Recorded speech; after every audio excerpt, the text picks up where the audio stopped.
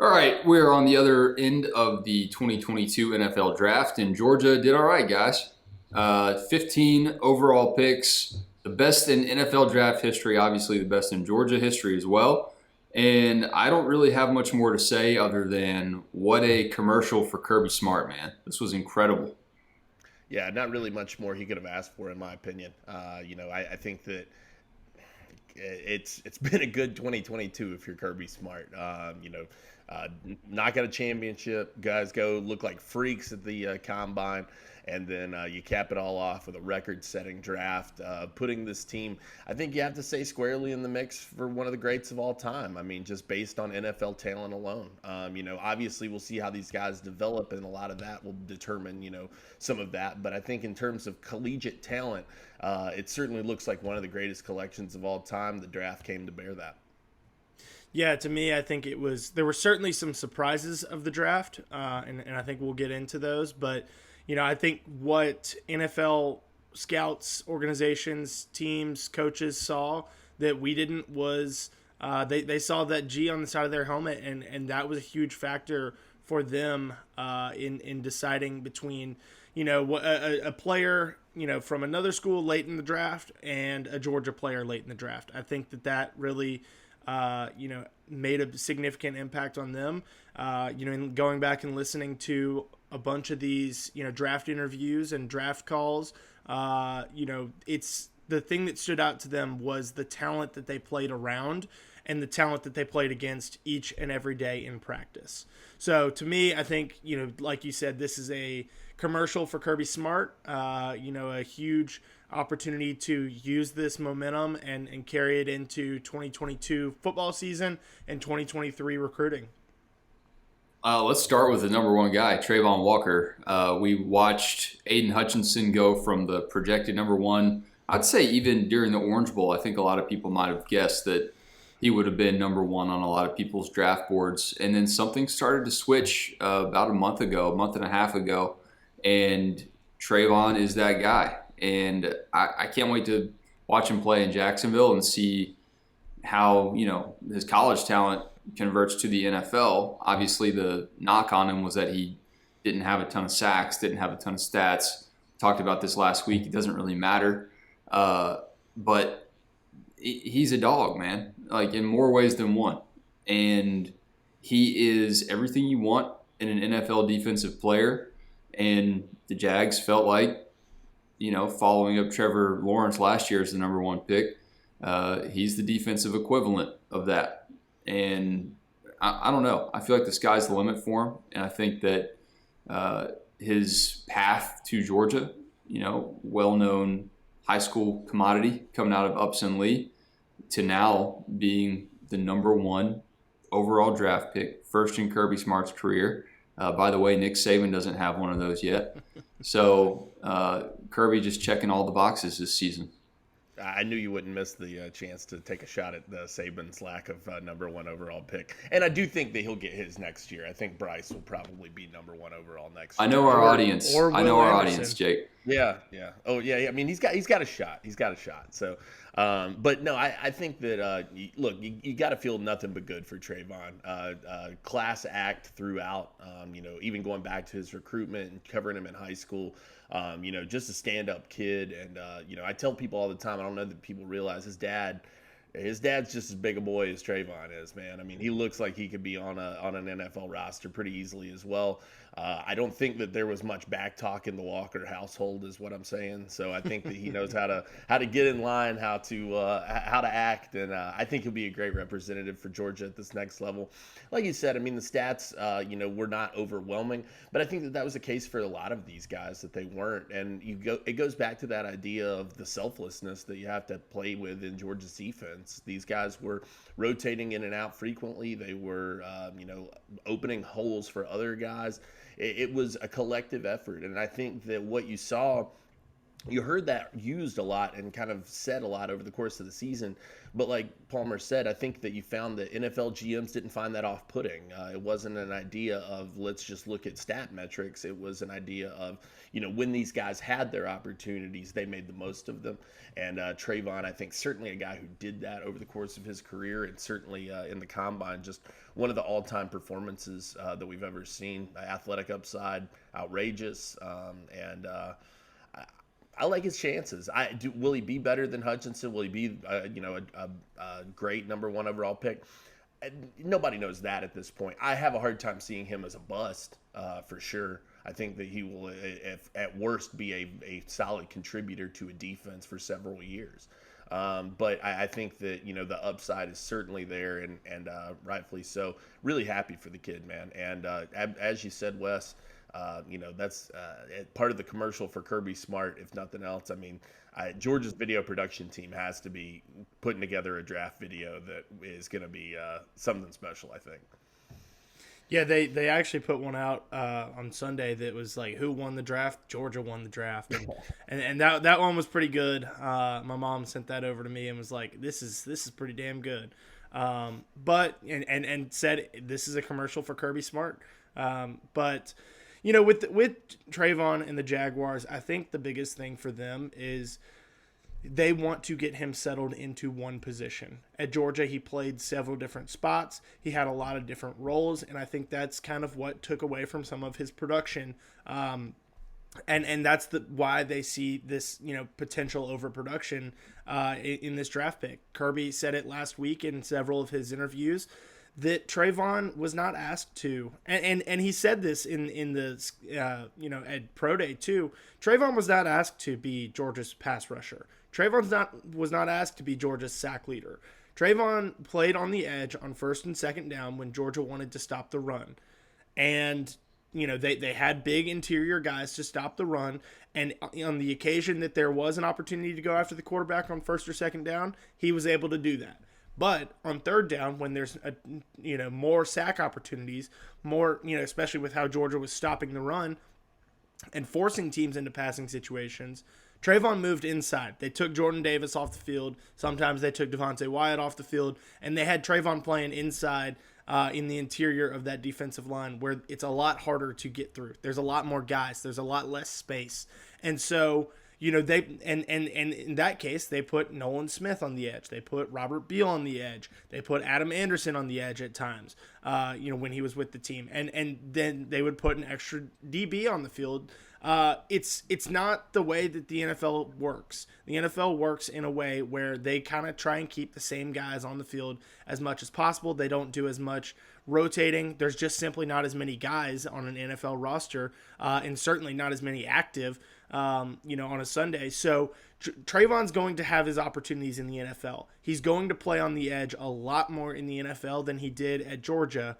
And because of that, I think that potential for more production is what the Jaguars saw.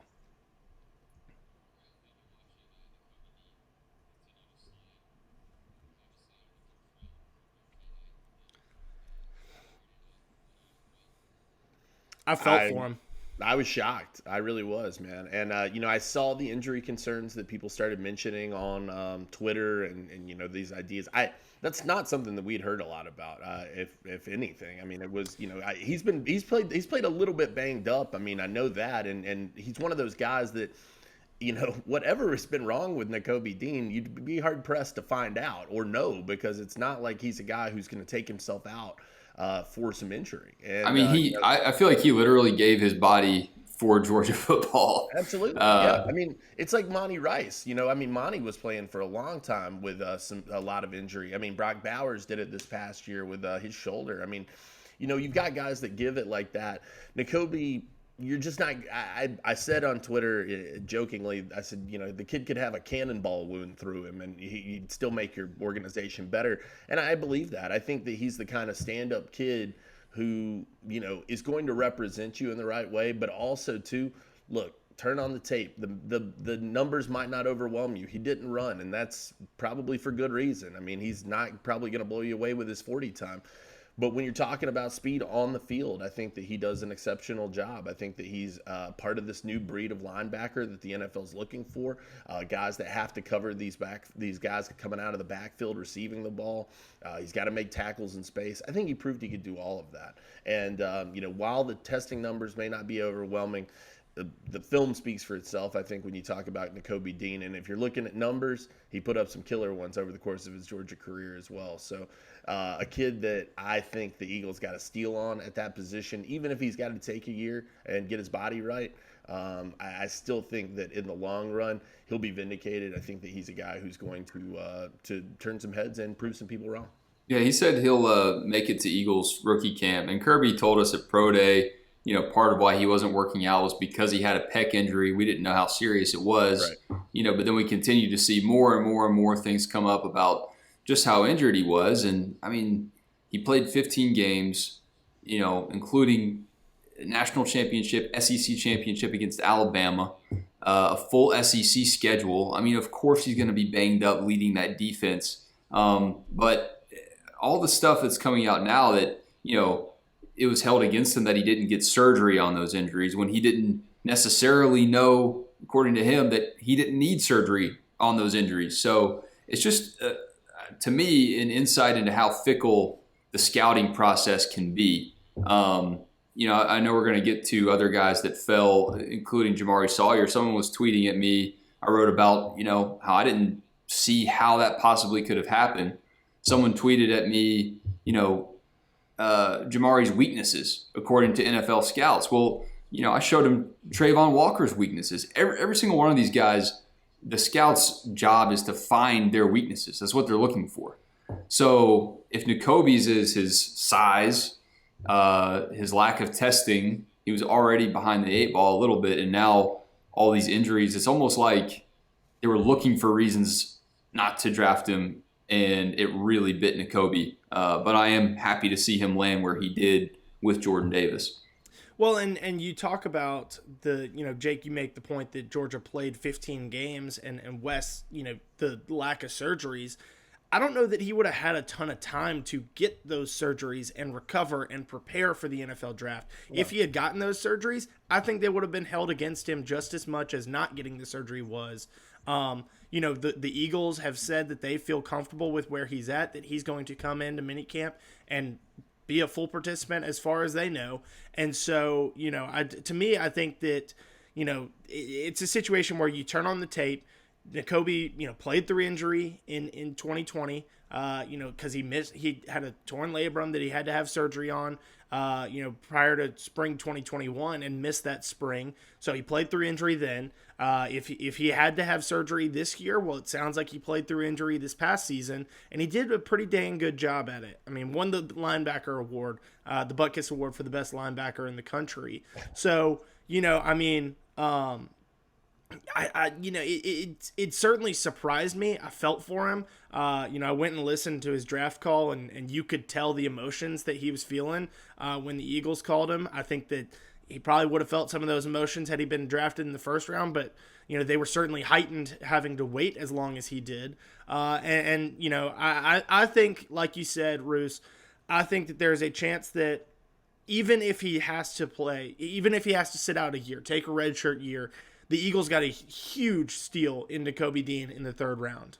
And I think, too, that this is only – listen, you can only take this stuff so personally, but I think Nakobe is going to take it deeply personally, and I think it's going to be added motivation for him. And frankly, he's not a kid who needs added motivation. He seems to be pretty self-motivated and be able to handle his business.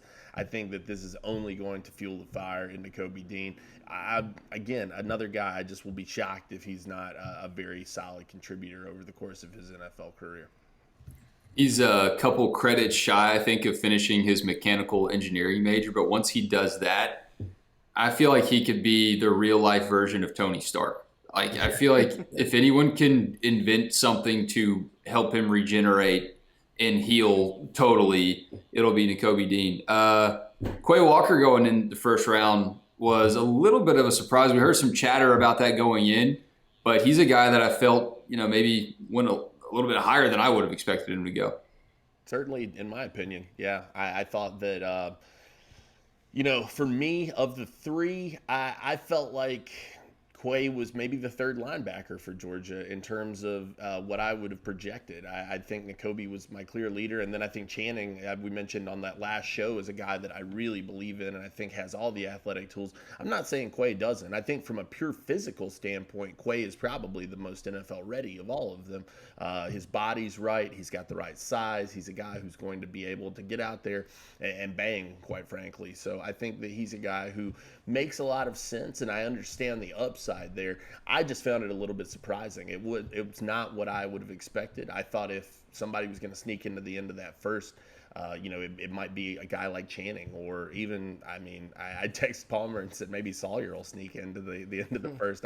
How wrong I was there, but I think that it was, George Pickens, I think, is a guy that people thought could do that as well. Quay Walker, I think at least within Georgia circles and the people that I was talking to were not projecting that necessarily. I think that we were all a little bit surprised by that, but I get it. I think that he, again, from a physical standpoint, he's the most ready, and I think that he's a guy who will be a great player. I think that he's certainly got that upside, and is one of those guys that, the lack of production, or the whatever you want to call his production, I think compared to Nakobe's, it might seem lacking. But I think that goes back into that selflessness and the rotation that Georgia kind of kept in place at that linebacker spot. So huge for Quay and huge for Georgia, because you get 5 in the first round, a record for defensive players from one school in a single round, and they're in the first round. Just massive for him, and man, Glenn Schumann got to be smiling ear to ear, man. I mean, things you want to talk about a commercial for Kirby Smart. The last couple of years have been a commercial for Glenn Schumann, and I think that big things ahead for that guy in the very near future. Yeah, Schumann put out a photo on Twitter. I think it was from the Tennessee locker room back in 2019 with Tay Crowder, Monty Rice, Quay Walker, and Nakobe Dean. Their shoulder pads all lined up, and hashtagged all the teams that they ended up with. For me, I think one of the biggest reasons, for the same reasons that Nakobe Dean fell in the draft, Quay Walker rose in the draft. And, it's NFL scouts aren't necessarily looking at the same thing that, us people that covered them in college are. The casual Georgia fan is looking at.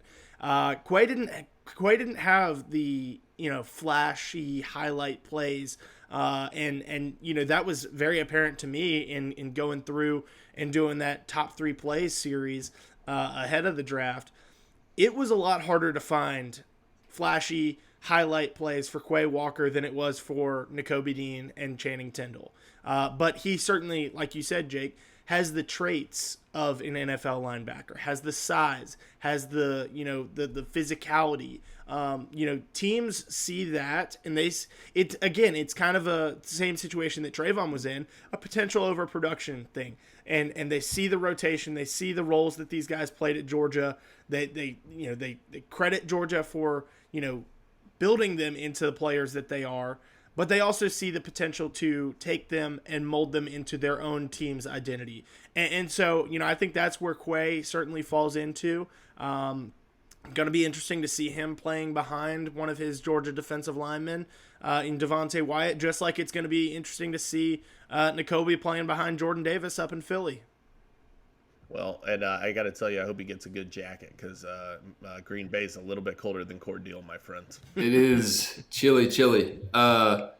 So Georgia started the 2021 season with a pick 6 on the scoreboard, ended it with a pick 6, and then started and ended the first round of the NFL draft with picks as well. Pretty neat for Kirby Smart as the accolades continue. Let's take a quick break. We'll talk about where Georgia's headed and try to figure out what went wrong with Jamari Sawyer as well after this. So, guys, I'm still just racking my brain to figure out why Jamari Sawyer fell so far in the draft. And Palmer, you referenced earlier, we're not scouts.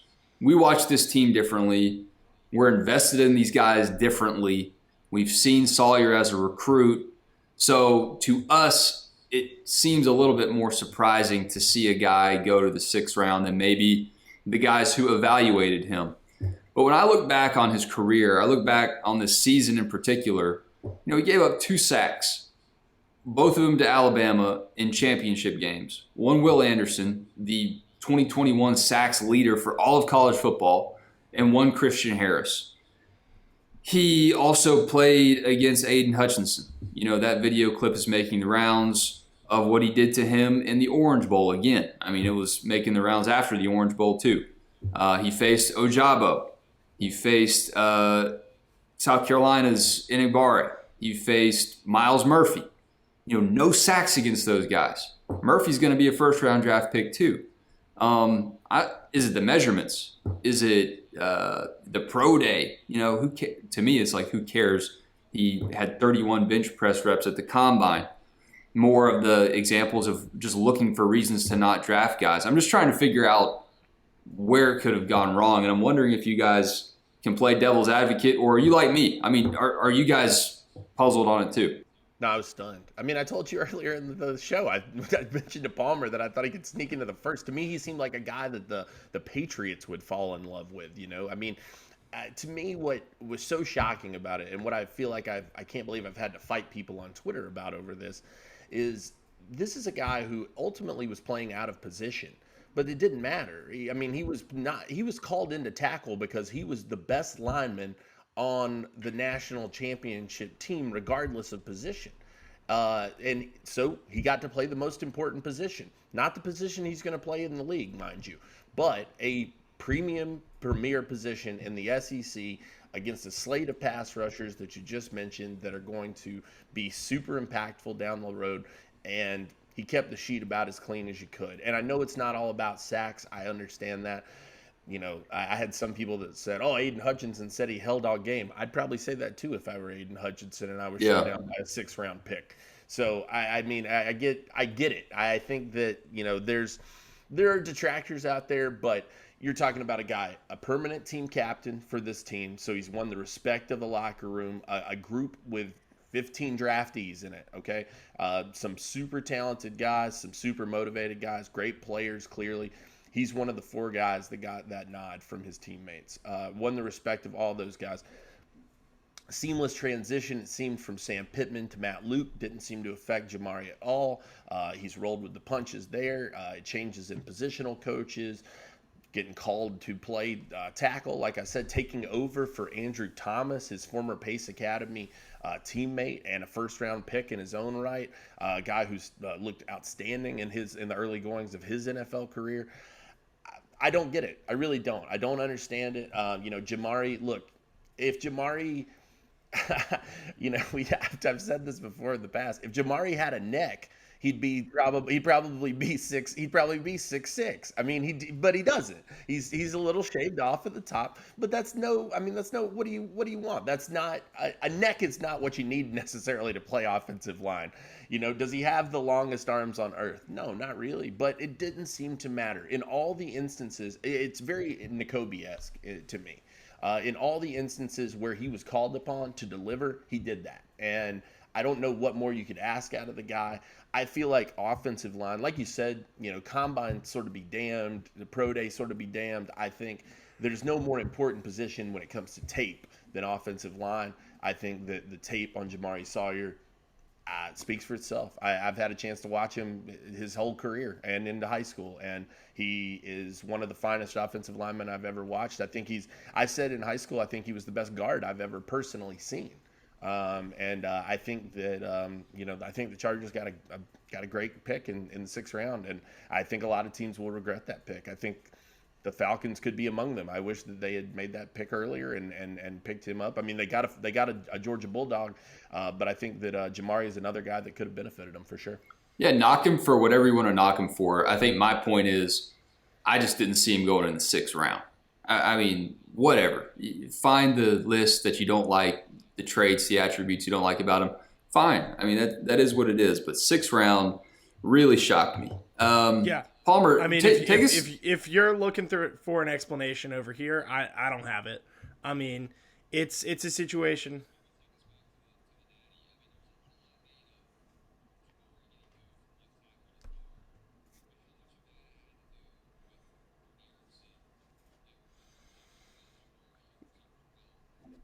It was absolutely more about Erickson because Georgia was going to they again, like Bruce said, Georgia was moving Jamari around as the focal point of that offensive line. They knew that he was the best offensive lineman that they had to offer, and they were going to put him in the position where they needed him most. He could have played center if they needed him to do that, and he did that in he did that. He played all 5 positions over the course of his career. All the way across the offensive line. And to me, that would have been a huge, added benefit that you're getting in a guy, that you're, drafting a guy that, hey, he may not be a tackle, by trait, but he was playing there. And that, let's say somebody, again, I mentioned it earlier with how limited these NFL rosters are. Let's say a guy gets hurt on a Sunday and you need or 2 guys get hurt on a Sunday and you need a tackle. You've got a guard that can bump out and play tackle and has done it at the highest level. Oh, your center gets hurt. You've got a guard that can bump down inside and snap and, is comfortable doing that. So to me, that would have been a huge bonus that you were getting in him. You're not only getting a very good, talented guard, but a capable center and a capable tackle. Like you said, I think I don't really have an explanation for why he fell. Bruce, you pointed out the Falcons as a team that you would have loved to see him go to, not only as a fan, but, in terms of a fit based on what they did in the draft. And this is not a knock against Justin Schaefer. I love that pick for the Falcons. I love the fact that they are getting, an Atlanta native, a Cedar Grove kid. Shout out Cedar Grove, getting three players picked, most among any high school in the country. That they end the streak without Georgia players, 11 years going to that point. Love that pick for the Falcons, but I think that Jamari Sawyer would have done just as good of a job with that organization and would have checked all those same boxes. An Atlanta native, a Georgia boy, somebody to end that drought, and somebody capable of playing guard. So, to me, this is not a knock on Justin Schaefer, but I think that Jamari Salyer would have been just as good, if not a better pick for the Falcons where they got him. Yeah, I said on Twitter I would have lost money if you would have told me that Jamari would not have been the first Georgia offensive lineman off the board. That was shocking to me. I mean, look, let's call it what it was. We were going into this. The 3 of us were texting prior to that draft and saying, perhaps Schaefer ends up as an undrafted free agent. The fact that he went before Jamari, stunning to me. And I don't say that because I think Justin Schaefer is some kind of terrible player. I just would have never projected that in a million years because of that utility of Jamari Sawyer. Of that, Jake Camarda got drafted before him, and that, not a knock against Jake Camarda, but who would have projected a punter going in front of Jamari Sawyer? Like if that was a bet in a sports book, not just one punter, several punters. Yeah, if that was a bet in a sports book, who would have taken it? Yeah, maybe Jake Camarda's mom, if she's a gambler.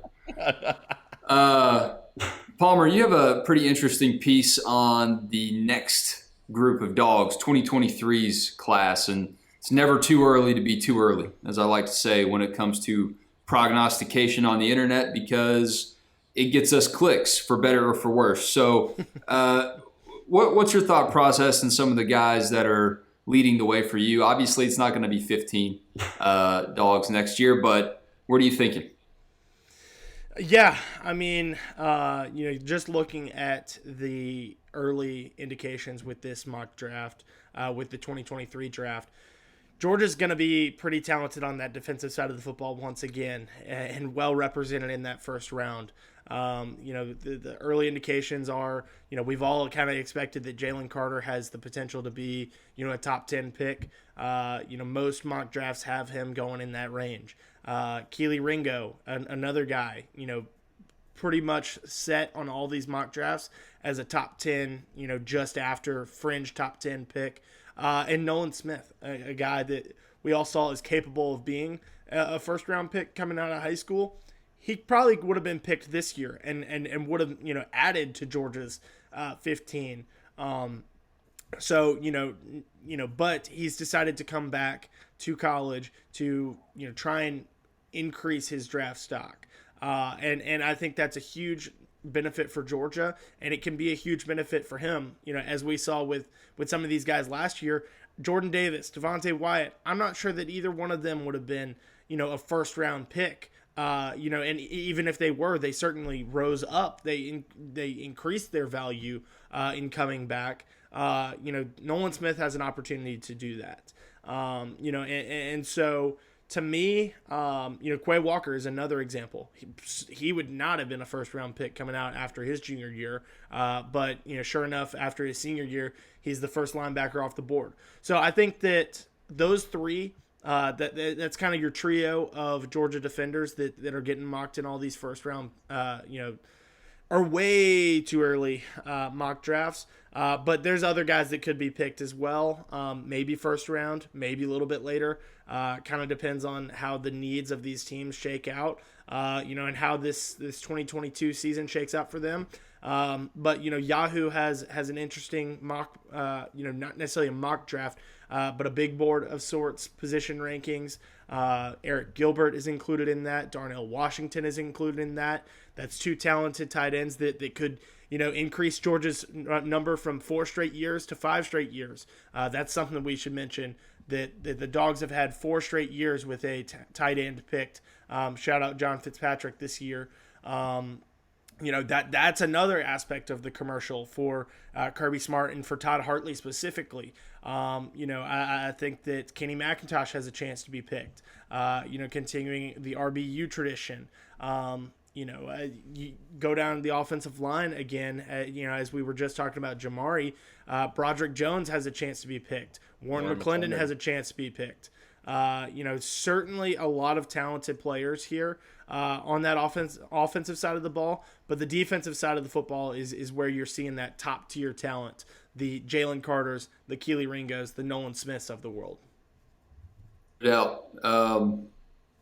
tight end U is a real thing, and Kenny McIntosh got a chance. RBU. I mean, how many U's do they have? This year's NFL Draft U. It's just, I'm losing count of all the U's.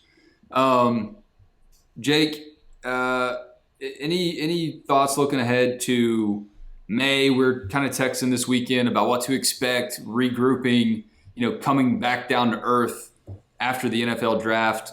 What are we looking at on the recruiting trail visit-wise for Georgia? What do you anticipate for this month of May as things kind of slow down a little bit before we get back in August? Yeah, I think it's going to be quiet, during the month of May. I'm not saying that there's not possibilities out there, but I think that you're looking at June really as when you're circling kind of the next big recruiting events for Georgia. Official visits will resume in June. And so that's what you're going to see, I think, over the course of this next month, is guys coming out with those top school lists.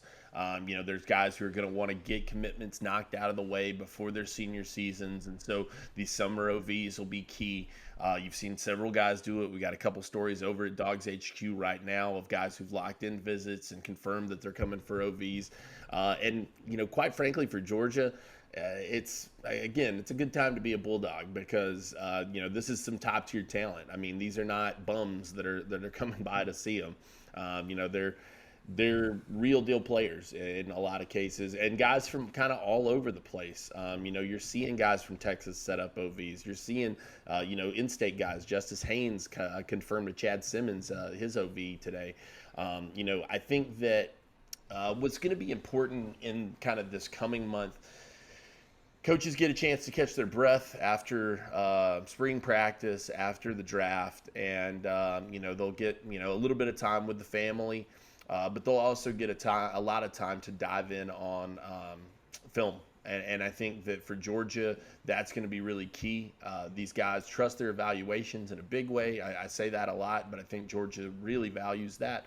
I think that when we're talking about moving into these next coming months, that's when you'll start to see a flurry of activity, probably on the commitment trail, because I think, frankly, Georgia wants to get these guys in. They feel like they may have their pick of the litter at some of these positions. And I think they want to get these guys in person and see what they can do in live action in front of them, and how they test and how they participate. What kind of guy are they? What kind of character are they?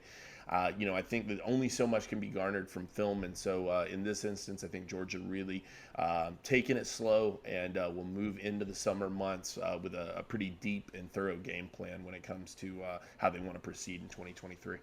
Jake, correct me if I'm wrong here. The coaches can go out on the road this month and still watch these kids as they go through their high school spring practices, correct? Yeah, I believe that is the case. I think that we are in a period where they can swing by and still see some stuff, if I'm not mistaken. That calendar changes every year, and it's different with all this, all the early OVs and stuff like that now. So I think that is the case, if I'm not mistaken. But as far as I'm aware, I don't think you can host recruits on campus currently, or at least it's the slower time for that. I think the window is kind of closed until June, though, if I'm not mistaken. Like I said, I just there's a lot to keep up with in terms of the dates and then these recruiting calendars. But, I think that they will have a chance to get in touch with some of these people. Like I said, watch some film, get in touch with coaches. And, I think, too, this is where you start to see them kind of not shift, because there's still so much work to be done in 2023, but you start to see them identify some of those 24 and 25 guys that they really want to get to camp this summer and say, all right, let's put these guys through their paces, and that determines how hard we're going to go after them in the coming months. Moving into September, or moving into August and September, when that contact period opens for 2024s. I think that all of that is what's kind of coming together right now. And so a crucial time, maybe a bit quieter time than people would prefer in terms of recruiting, but still at a very important time for Georgia and the evals. Palmer, what do we know about the transfer portal right now for the Dogs? It's that time to start looking at that for Georgia fans anyway. If anything's going to pop off, seems like it's pretty quiet right now on that front, though. Yeah, just taking a look at the scholarship counter on our end of things. I've got Georgia at 88. You technically only have 85, but there's some ways around that. Just ask Alabama and Nick Saban. They feels like they've gotten around it for quite some time, and feels like Georgia's kind of trying to do the same thing. I would have expected a couple more guys to hit the portal, before that May 1st deadline that has come and gone. I guess technically, I believe, if my understanding of things is correct, and just like Jake has a lot to handle there with the recruiting calendars, there's a lot of nuances to the transfer portal and these deadlines of sorts. My understanding was that a player had to be in the portal by midnight last night, May 1st. We're recording this on May 2nd here. But I've also heard that a coach has 48 hours to put a player in. So that's certainly something that we're going to keep an eye on. Obviously, that is for the one-time transfer policy to be immediately eligible next year. If a player decides, to grad transfer after, upcoming graduation here in Athens, they can do that, and they wouldn't have to use that one-time transfer immediate eligibility. So Georgia could still see a couple more transfers. I kind of expected them to see more than they did, but as it stands, looks like Georgia's at 88. Probably a couple guys that are being counted towards next year's signing class in terms of numbers and scholarships there. The biggest thing, and this is a cause of the COVID year, is that you've got these super seniors around still, but now they are counting against the scholarship. In the last year they weren't counting against scholarship numbers. You could have those guys with no harm done. Well, now those guys are back and counting towards your 85. And so I'm not entirely sure how much room Georgia has to go after a transfer portal player. But like I said, I think there are some workarounds that if Georgia has a guy that they, have their eyes set on, that they can work around some things and use their ways, work that magic to find a way to get a guy in. So certainly keeping an eye on the transfer portal, both in and out of Athens. But I would have expected a little bit more action.